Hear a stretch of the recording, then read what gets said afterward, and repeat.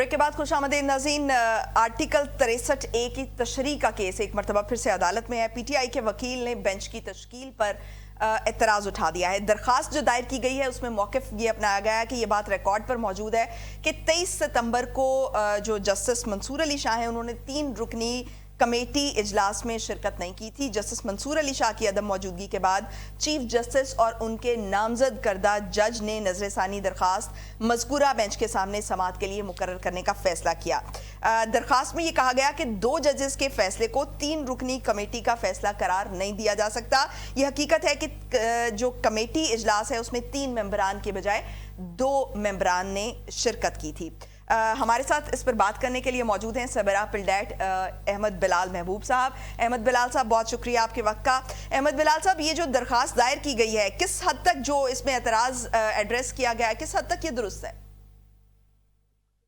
बहुत शुक्रिया। देखिए, मैं कानूनी माहिर तो नहीं हूँ, लेकिन मैं जानता हूँ ये जो supreme court practice and procedures act के तहत जो कमेटी बनी है जी, इसमें इसके रूल्स के मुताबिक तो फैसला अक्सरियत से होता है। अब अगर 3 मेंबर हैं और एक साहब जानबूझ के उसके अंदर नहीं आना चाहते, तो इसका ये मतलब नहीं है कि वो कमेटी डिसफंक्शन होकर बैठ जाए और वो कोई काम ही ना कर सके। अब कमेटी के 2 मेंबर मौजूद हैं और 2 मेंबर ने फैसला कर लिया, तो वो बिल्कुल दुरुस्त है। जस्टिस मंसूर अली शाह साहब की मैं एतराज को तो उनको बहुत वजन देता हूँ, वो बात बिल्कुल ठीक है, लेकिन मेरे ख्याल में ये जजों का मकाम नहीं है कि वो चीज़ों को बाइकआउट करके चले जाएं। उनको शरीक होना चाहिए था, उन्हें इसकी मुखालफत करनी चाहिए थी, साथी जजों को कन्विंस करना चाहिए था।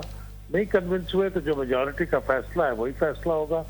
तो मुझे तो इसमें कोई कबाहत नजर नहीं आती कि 3 में से 2 लोग मौजूद हैं, उन्होंने फैसला किया है। अगर कानून में कोई ऐसी चीज है तो फिर बताएं, वरना कानून में तो ऐसी कोई चीज नहीं है। ठीक। तो अहमद बिलाल साहब, ये आर्टिकल 63A की तशरीह का जो मामला है, क्या आप समझते हैं कि इसके जो फैसला आया था उसके बरक्स कोई फैसला आ सकता है नजरसानी केस में? क्या इसमें क्या ग्राउंड्स मौजूद हैं? नहीं, मैं तो यकीन रखता हूं कि इसके बरक्स फैसला आएगा। उसकी वजह यह है कि वो जो फैसला आया था उस वक्त 3-2 से 5 जजों की बेंच था और उसमें 3 लोगों ने ये फैसला किया था कि जो डिफेक्शन वाले लोग होंगे उनका वोट काउंट नहीं होगा जी। वो बिल्कुल ही कॉन्स्टिट्यूशन को रीराइट करने वाली बात थी। कॉन्स्टिट्यूशन में नहीं लिखा हुआ, और उस वक्त सारे जो बार एसोसिएशन थी, बार काउंसिल थी, बल्कि उन्होंने इसके लिए नजरसानी फाइल की हुई है। वो बिल्कुल गलत फैसला था सुप्रीम कोर्ट का। उनको कोई हक नहीं था कि आइन के अंदर ये नई चीज लिखते। तो मेरा ख्याल ये है कि अब ये 5 रुकनी जो बेंच बैठेगा उस गलती का अजाला करेगा, उस रिव्यू का, और इसको वापस उसी असल पोजीशन पे लेके जाएगा। अच्छा, तो क्या अगर ये वापस अपनी पोजीशन पे आता है तो इसके क्या असरात हो सकते हैं? इसके असरात तो यही होंगे कि जो लोग डिफेक्शन करके वोट देंगे वो डिस्क्वालीफाई हो सकते हैं, लेकिन उनका वोट बहरहाल काउंट होगा। यही कॉन्स्टिट्यूशन के अंदर जो लिखा हुआ है उसकी मंशा भी यही है। उसमें ये नहीं लिखा हुआ कि वोट काउंट ही नहीं होगा। अगर वोट काउंट ना करना होता तो फिर सारी शिक को लिखने का कोई फायदा नहीं था। फिर तो सिंपल से एक बात लिख दी जाती। उसके लिए एक पूरा प्रोसीजर है कि किस तरह उसको डिस्क्वालीफाई किया जाएगा।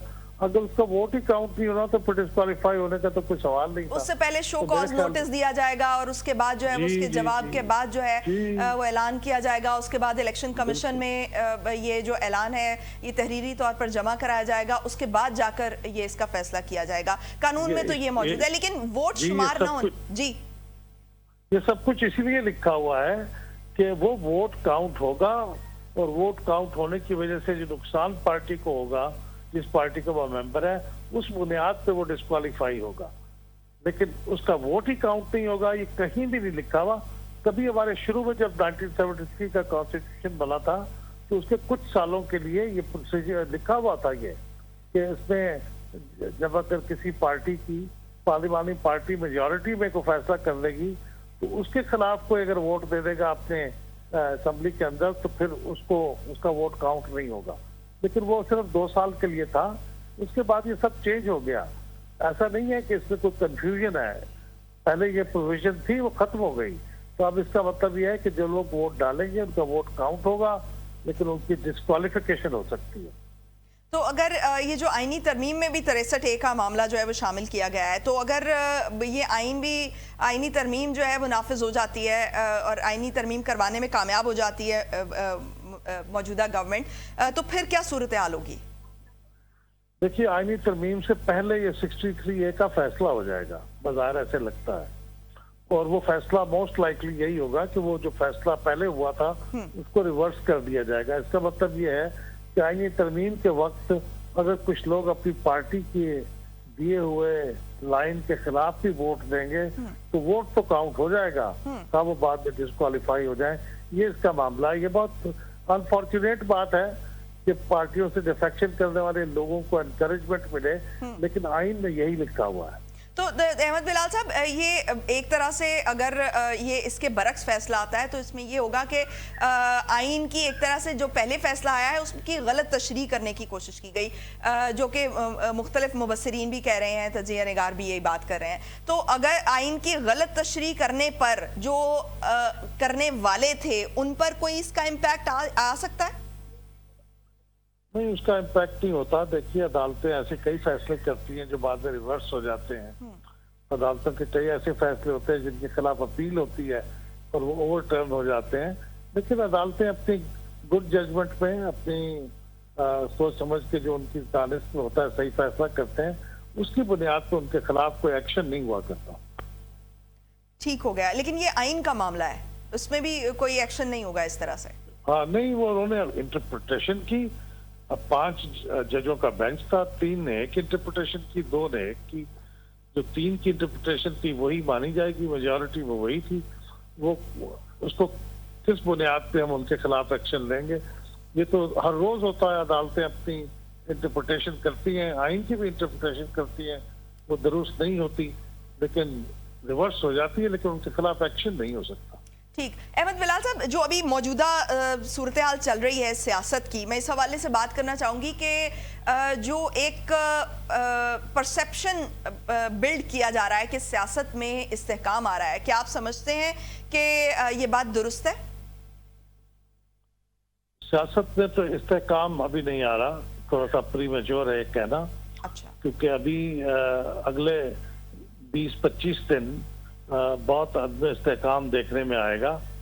जब तक ये आइन के अंदर ये मुजव्वजा तरमीम है, इसका ऊंट किसी करवट बैठ जाएगा, या तो पास हो जाएगी या नाकाम हो जाएगी, तो फिर ये मामला तय हो जाएगा। काजी फायज ईसा साहब या तो रिटायर हो जाएंगे गिवन डेट पे, या फिर वो नई आईनी अदालत के सरबराह बन जाएंगे। तो इन दोनों में से जब तक ये चीजें सेटल नहीं हो रही, गुमसान का रन पड़ेगा सियासत में भी, अदालत में भी। तो मुल्क के अंदर एक बहुत गंभीर सी सूरत हाल होगी, लेकिन उसके बाद फिर शायद मामला सेटल होने शुरू हो जाएंगे। लेकिन अगर आप ये कहें कि मईशत में कुछ चीजें इस्तेहकाम की तरफ जा रही हैं तो वो दुरुस्त है। मईशत के हालात कुछ बेहतर हो रहे हैं, हमारी इन्फ्लेशन भी डाउन हुई है, हमारा कुछ डेफिसिट भी कम हुआ है और हमें बाहर से पैसे भी मिल गए हैं। तो अगर अगले 20-25 दिन में, जैसे आपने इशारा किया कि घुमसान का रन पड़ेगा और जो सियासत है वो ऊपर नीचे हो जाएगी एक दफा, तो क्या आप समझते हैं कि इसके बाद मईशत, इस दौरान में मईशत भी इसी तरह से स्टेबल रह सकेगी? अगर तो वो 20-25 दिनों में जो घुमसान का रन पड़ेगा उसके नतीजे में हालात इतने खराब हो जाएं कि मुल्क के अंदर अफरा तफरी का मामला हो जाए और आइन के मुताबिक मामला न चल सके, तो फिर तो जाहिर है कि उसका असर मईशत पे भी पड़ेगा। क्या इसके चांसेस हैं? नजर आ रहा है वो नहीं होगा। तो क्या इसके चांसेस हैं? इसके चांसेस अभी तक तो नहीं नजर आ रहे, क्योंकि बाजार ये लग रहा है कि 2-3 कोशिशें जो माजी करीब में हुई हैं, लाहौर में, रावलपिंडी में, उसमें गवर्नमेंट ने मैनेज कर लिया है चीजों को कंट्रोल करना जैसे तैसे। तो मुझे लगता है कि मुस्तकबिल में भी शायद ऐसी सूरत हाल हो कि शायद वो कंट्रोल कर लें।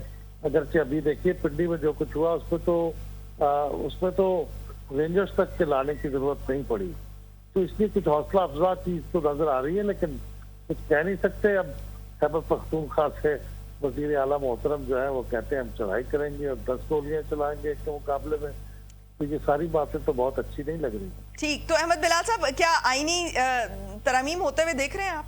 क्या मौजूदा गवर्नमेंट लाने में कामयाब हो जाएगी?